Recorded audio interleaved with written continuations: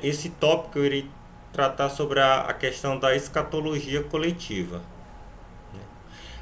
Aqui elenca sobre esses eventos escatológicos coletivos que são o combate final do fim dos tempos, a parousia, a ressurreição dos mortos, o juízo universal, o fim do mundo e a sua renovação, e também a vida eterna. A Gaudium et Spes vai falar sobre a questão do embate final, que será uma luta árdua contra as forças do mal, que perpassará toda a história humana. Os livros bíblicos, em especial o Apocalipse, fala dessa batalha que durará até o último dia, né? Esse confronto do exército do bem contra as forças das trevas, e que Deus irá triunfar no final. No Evangelho, Jesus alerta que o joio cresce junto com o trigo, até a colheita final, que será realizada pelos anjos de Deus. Também ele fala da grande tribulação e também do aumento das ações má dos homens.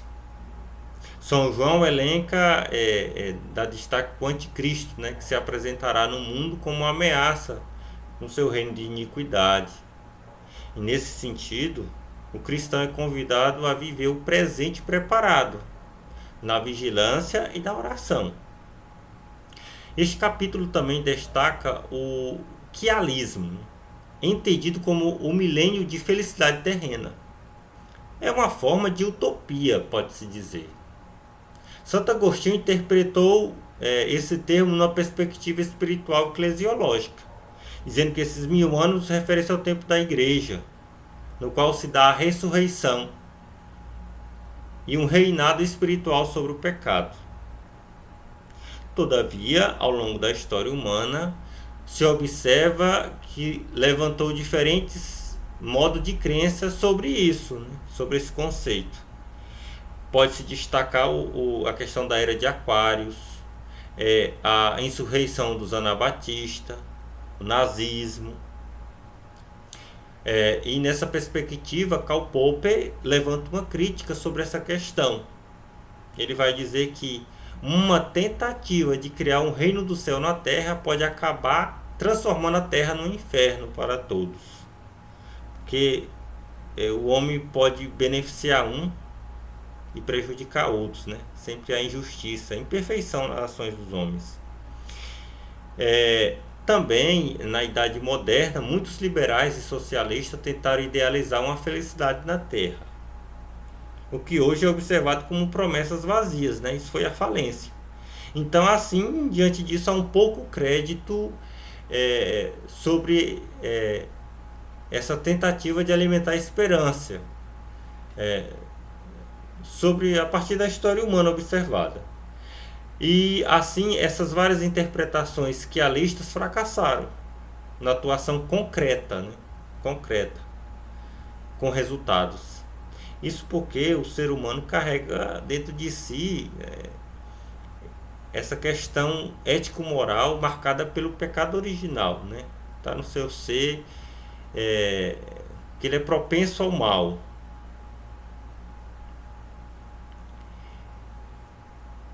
Por isso, talvez, que Santo Agostinho dá ênfase desse milenarismo eclesiológico espiritual que acontece dentro da igreja, porque ela é o germe, o início do reino já aqui neste mundo.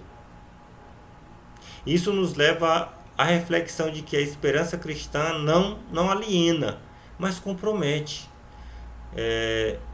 E o ensinamento da igreja fala que a esperança teologal do reino celeste não pode ser uma desculpa para fugir do reino terrestre, mas deve ser encarado com seriedade.